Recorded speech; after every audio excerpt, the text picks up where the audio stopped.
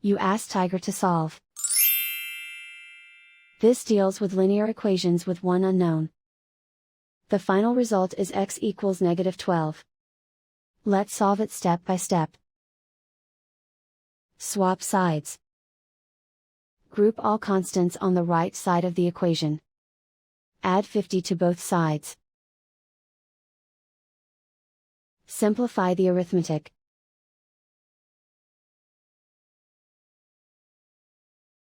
Isolate the x.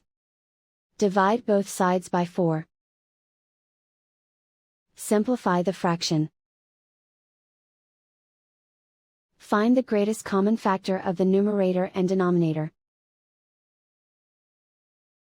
Factor out and cancel the greatest common factor. And so the final result is x equals -12.